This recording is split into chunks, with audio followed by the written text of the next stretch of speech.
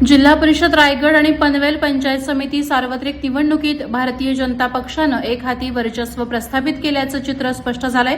मतमोजणी जिल्हा परिषदेमधील 8 पैकी 8 जागांवर तसंच पंचायत समितीच्या 16 पैकी 15 जागांवर भाजप उमेदवारांनी विजय संपादन केलाय। मतमोजणीच्या सुरुवातीपासूनच भाजप उमेदवारांनी अनेक गणांमध्ये निर्णायक आघाडी घेतल्यानं पक्षाच्या कार्यकर्त्यांमध्ये उत्साहाचं वातावरण निर्माण झालं होतं। विजयाची मालिका सुरू होताच मतमोजणी केंद्राबाहेर भाजप कार्यकर्त्यांनी जल्लोष करत आनंद साजरा केला।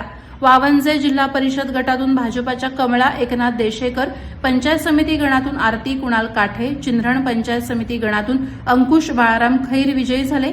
नेरे जिल्हा परिषद गटातून भाजपाचे आत्माराम बाळू भस्मा, नेरे पंचायत समिती गणातून वर्षा सचिन केवारे, आदई पंचायत समिती गणातून भूपेंद्र सदानंद पाटील विजयी झाले। पालीदेव्या जिल्हा परिषद गटातून प्राच्य अमित जाधव, पंचायत समिती गणातून वैशाली प्रवीण सावंत, विचुंबे पंचायत समितीतून नीलम प्रमोद भिंगारकर विजयी झाल्या। वावेघर जिल्हा परिषद भाजपाच्या अनन्या अविनाश गाताडे, ओयंजे पंचायत समिती गणातून अस्मिता अनंत पाटील, वावेघर पंचायत समितीमधून राजू गणा पाटील विजयी झाले।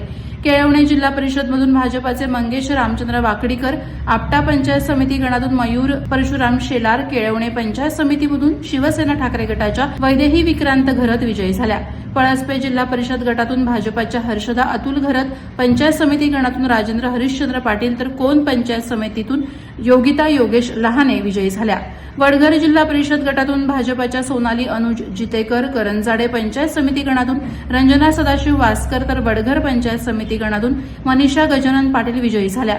गव्हाण जिल्हा परिषदमधून भाजपाच्या निकिता निलेश खारकर, वहाळ पंचायत समिती गणातून वितेश त्रिंबक म्हात्रे तर गव्हाण पंचायत समितीमधून जिज्ञासा किशोर कोळी विजयी झाल्या। दुसरीकडे या निवडणुकीत उद्धव बाळासाहेब ठाकरे गटाला एका जागेवर समाधान मानावं लागलंय तर शेतकरी कामगार पक्षाला खातं देखील उघडता आलं नाही। मतमोजणीच्या सुरुवातीच्या टप्प्यापासूनच या पक्षांचे उमेदवार पिछाडीवर राहिल्याचं चित्र दिसलं। मात्र भाजपाच्या गोटात प्रचंड उत्साहाचं वातावरण असून सर्वत्र विजयाचा उत्सव साजरा होत आहे। वादळवारा लाईव्हसाठी न्यूज ब्युरो पनवेल। नवी मुंबई व रायगड जिल्ह्यातील ताज्या बातम्या आणि घडामोडींसाठी सबस्क्राईब करा वादळवारा लाईव्ह चॅनल आणि दाबा बेल आयकॉन।